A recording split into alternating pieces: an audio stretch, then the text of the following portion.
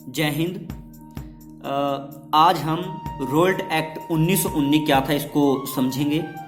Video शुरू करने से पहले आप सबसे मैं रिक्वेस्ट करता हूं कि हमारे चैनल को ललित शर्मा लाडी के नाम से जो है सब्सक्राइब कर दें, ताकि इतिहास की और भी आपको वीडियो समय समय पर मिलती रहे। तो रोल्ट एक्ट एक एक्ट ना होकर अंग्रेजों के लिए एक सिरदर्दी बन गया था। आइए समझते हैं कि रोल्ट एक्ट है क्या था, जिसके अंदर नो दलील, नो वकील और नो अपील थी। आइए समझते हैं। फर्स्ट वर्ल्ड वार 1914 जुलाई में शुरू हुआ था। अंग्रेजों का फर्स्ट वर्ल्ड वार में बिजी रहने के कारण उन्हें डर लगने लग गया कि कहीं भारत, जो उनके लिए एक बड़ा बाजार था, उनके हाथों से निकल ना जाए, क्योंकि भारत को उन्होंने बहुत लूटा। यहाँ की चीजें, मसाले, कपड़े को विदेशों में बड़े महंगे रेट के ऊपर बेचते थे और यहाँ पर हमारे भारतीयों का बहुत शोषण किया। कहते हैं कि 7.5 लाख लोगों ने भारत को आज़ाद कराने में अपने प्राणों की, अपनी जान की आहुति दी थी, तब जाकर भारत को आज़ादी मिली थी। तो भारत को वो खोना नहीं चाहते थे किसी भी शर्त पर। डिफेंस ऑफ इंडिया एक्ट 1915 क्या था? ये एक्ट इसलिए भारत में लगाया गया था ताकि भारत में कोई क्रांतिकारी एक्टिविटी ना हो। क्यों लगाया गया था? क्योंकि अंग्रेज फर्स्ट वर्ल्ड वार जो 1914 में शुरू हुई थी वहां बिजी थे, वो नहीं चाहते थे भारत को खोना। इसलिए भारत में कोई भी क्रांतिकारी गतिविधि, एक्टिविटी ना हो, इसलिए डिफेंस ऑफ इंडिया एक्ट 1915 लगाया गया। ये एक इमरजेंसी एक्ट था। नवंबर 1918 में फर्स्ट वर्ल्ड वार खत्म हो गई थी। अंग्रेजों को पता था कि अब डिफेंस ऑफ इंडिया एक्ट जो 1915 में उन्होंने भारत में लगाया था हटाना पड़ेगा, जिससे क्रांतिकारी एक्टिविटी को रोकना अंग्रेजों के लिए मुश्किल हो जाएगा। इसलिए अंग्रेजों ने सर सिडनी रोल्ट के अंडर में एक कमेटी बनाई, जिसका काम क्या था? पंजाब, बंगाल में जो एक्टिविटीज हो रही हैं क्रांतिकारियों की, उन्हें किसी न किसी तरह रोका जाए। रोल्ट एक्ट 1919, आइए आगे देखते हैं। तो अभी तक तो आप ये समझ चुके होंगे कि डिफेंस ऑफ इंडिया जो 1915 के अंदर एक एक्ट लगाया गया था, जिससे क्रांतिकारी गतिविधियों को रोका जाए।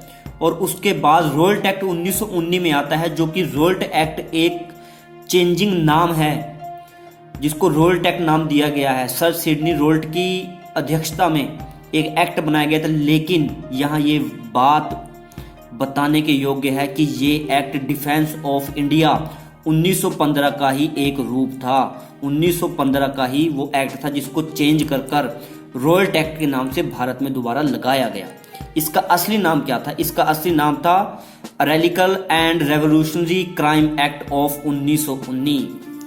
ये जो एक्ट था, ये चेम्सफोर्ड उस समय भारत के जो वायसराय थे, उस समय ये लगाया गया था। और पुलिस कभी भी, ये जो एक्ट था इसकी क्या विशेषताएं थी? पुलिस कभी भी किसी भी जगह बिना वारंट के सर्च ऑपरेशन चला सकती थी, मतलब कोई उन्हें रोकने वाला नहीं था। पुलिस किसी भी घर में किसी भी समय छापा मार सकती थी। कोई भी छोटी मोटी चीज, फॉर एग्जाम्पल इनकलाब जिंदाबाद लिखा हुआ अगर कोई पोस्टर मिल गया तो उसके ऊपर भी कार्रवाई हो सकती थी। तो आप देख सकते हैं कितना खतरनाक ये एक्ट था भारत के ऊपर जो लगाया गया था 1919 में।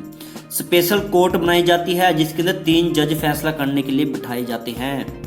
कोर्ट के द्वारा फैसला तुरंत एकदम से किया जाएगा, और अगर कोई भी व्यक्ति भारत का अगर अपराधी पाया जाता है तो उसको सजा मिलेगी, और वो उससे आगे किसी कोर्ट में कोई अपील नहीं कर सकता।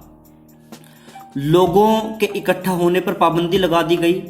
कोई भी त्योहार भारतीयों का या फिर कोई भी मेला हो, वहां पर लोग इकट्ठा नहीं हो सकते।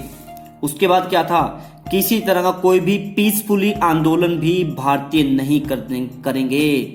जो छोटे मोटे आंदोलन चल रहे थे उनके ऊपर भी रोक लग गई। अब भारत के ऊपर इसके क्या प्रभाव पड़ते हैं? ये जो एक्ट था, कहते हैं कि एक ऐसा एक्ट था जिसने भारतीयों की जो थोड़ी बहुत आजादी थी उसको भी छीन लिया था। कहते हैं कि वो सांस लेना भी भारतीयों के लिए मुश्किल हो गया था, घर से बाहर निकलना भी मुश्किल हो गया था। अब इस एक्ट के भारत के ऊपर क्या प्रभाव पड़े। वायसराय की जो काउंसिल बनी हुई थी उसमें जो इंडियंस मेंबर थे बने हुए, उन्होंने अपना त्याग पत्र दे दिया, उन्होंने रिजाइन कर दिया उस काउंसिल से। और जो वायसराय की काउंसिलिंग के मेंबर थे वो कौन कौन थे? मोहम्मद अली जिन्ना, मजहर उल हक, मदन मोहन मालवी, BN शर्मा, जिन्होंने क्या किया था? त्याग पत्र रिजाइन कर दिया था वायसराय की कमेटी से। सेकंड प्रभाव क्या पड़ता है? गांधी जी ने डिसाइड किया कि वो इसके खिलाफ एक पीसफुली आंदोलन करेंगे और 24 फरवरी 1919 में मुंबई में सत्याग्रह के लिए एक सभा शुरू हो गई, आंदोलन के लिए एक सभा शुरू हो गई, जो कि किसके लिए थी? रोल्ट एक्ट के खिलाफ। जगह जगह देश में भी सभाएं होने लगी। 6 अप्रैल 1919 में पूरे भारत में हड़ताल की गई। पंजाब में एक बड़ी घटना हुई। 9 अप्रैल 1919 को पंजाब के अमृतसर के बड़े लीडर सफूदुद्दीन किचलू और डॉक्टर सत्यपाल को गिरफ्तार कर लिया गया। क्यों? वो इसका विरोध कर रहे थे, रोल्ट एक्ट का। इस खबर के बाद पूरे अमृतसर में माहौल खराब हो जाता है। अंग्रेजों की हर चीज को नुकसान पहुंचाया जाता है, उनकी इमारतों पर पत्थर बरसाए जाते हैं, उनके झंडों को जलाया जाता है। और 11 अप्रैल 1919 को पंजाब में मार्शल लॉ लगा दिया गया। पंजाब की जिम्मेवारी sir Michael O'Dwyer, Punjab के जो गवर्नर थे, उनको दी गई। अब देखिए, मार्शल लॉ, जैसे आज अगर कोई ऐसी घटना देश में कहीं दंगा वगैरह होता है, धारा 144 लगाई जाती है, तो मार्शल लॉ उसी का एक रूप था। लेकिन बेचारे भारतीय बेखबर थे। 13 अप्रैल 1919 को जलियांवाले बाग में इकट्ठा हो गए। जलियांवाले बाग के ऊपर भी हम एक वीडियो बनाएंगे बहुत जल्द और आप सबको पूरी उसकी जानकारी देंगे। 13 अप्रैल 1919 को जलियांवाले बाग में लोग इकट्ठा हो गए, जहां डायर ने लोगों के ऊपर गोलियां चलाई, बेकसूर भारतीयों के ऊपर। बहुत से लोग वहां पर मर गए, बहुत से बच्चे, बहुत से बुजुर्ग वहां पर कुएं के अंदर कूद के जान बचाने की कोशिश करने लगे, लेकिन कुएं के अंदर भी मौत थी और कुएं के बाहर भी मौत थी। 18 अप्रैल 1919 को गांधी जी ने अपना आंदोलन वापस ले लिया। अंग्रेजों ने रोल्ट एक्ट को 1922 में वापस लिया। 1919 में घटना होती है जलियांवाले बाग के, लेकिन 1922 में इस एक्ट को वापस लिया गया। इट मीन्स कि उनके ऊपर जलियांवाले बाग के हत्याकांड का कोई असर नहीं हुआ। और उस समय जब इस एक्ट को वापस लिया गया तो भारत के वायसराय लॉर्ड रीडिंग थे। तो इतना खतरनाक था ये एक्ट, जो भारत के लोगों की आज़ादी को छीनते हुए अंग्रेजों के द्वारा बनाया गया था। वीडियो अच्छी लगे तो ज़्यादा से ज़्यादा शेयर करना। भारत माता की जय। इनकलाब जिंदाबाद।